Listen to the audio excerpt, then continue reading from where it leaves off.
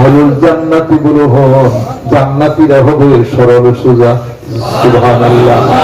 ওই মানুষের হাত দিয়া মারামারি বন্ধ হয়ে যাবে, ভিতরে দয়া আসবে, প্রেম আসবে, ভালোবাসা আসবে, আদর আসবে, স্নেহ আসবে, মায়া আসবে, মমতা আসবে, কারোর ক্ষতি করার প্রবণতা সব চলে যাবে।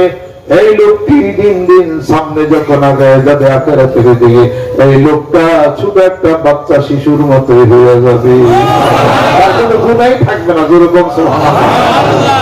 শর্ত হলো মহান মাবুদের ধ্যান এবং খেয়াল। আপনার মালিকের খেয়াল যদি না করেন, দুঃখজনক ব্যাপার।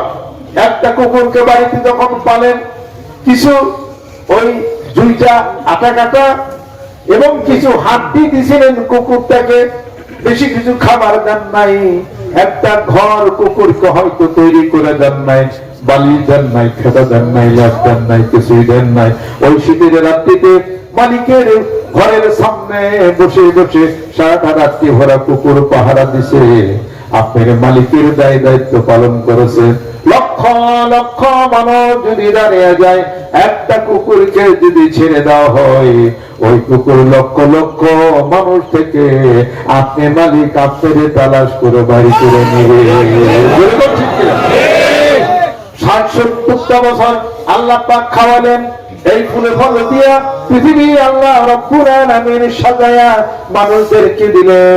একটা কুকুর যদি তার মালিক চিনতে পারে, আপনি আমি মানুষ হইয়া আমার মালিক আমার রবকে আদৌ কেন চিনতে পারলাম না?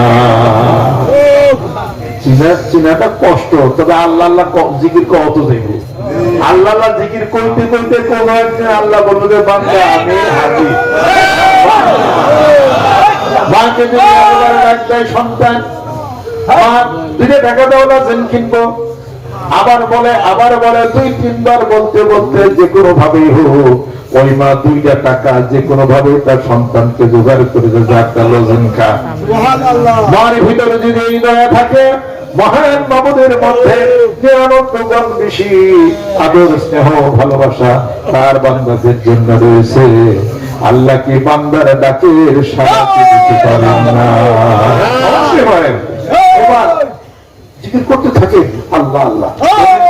আসছে পথে আধার নেমে, তাই কিনে তুই রইবি থেমে, বারে বারে জ্বালবি বাতি, হয়তো বাতি জ্বলবে না, তা বলে বসে থাকা চলবে না, বারে বারে ঠেলবি দোয়ার, হয়তো দোয়ার করবে না, তা বলে ভাবনা করা চলবে না। আরে রাত যত গভীর হয়, প্রভাত তত এগিয়ে আসে, কোন চিন্তা নাই।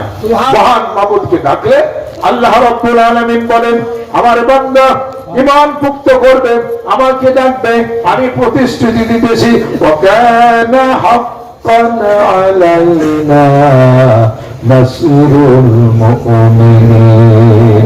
আমার বান্দা যখন আমাকে ডাকে, আমার প্রতি যখন ঈমান রাখে, আমি আমার বান্দাকে সাহায্য করব, আমার কুদরতের উপরে ওয়াজিব হয়ে যায়, আমার কুদরতে ওয়াজিব হয়ে যায়। বান্দা আল্লাহ বলে, আমি কি ৬-৫ যাই? আমি বান্দা দেখে চলে গেলাম? আমার বান্দা যখন ডাকে, জিকির যখন করে মনে মনে, আমার কুদরতি দিলে আমার বান্দাকে স্মরণ করি, তার ডাকের উত্তর দিয়ে থাকি। বান্দা যখন কিছু মানুষ নিয়ে যখন জিকির করে স্মরণ করে, আমি আল্লাহ রাব্বুল আলামিন তাদের চেয়ে উত্তম ফেরেশতাদের মাহফিলে আমার বান্দার কথা আমি স্মরণ করে থাকি।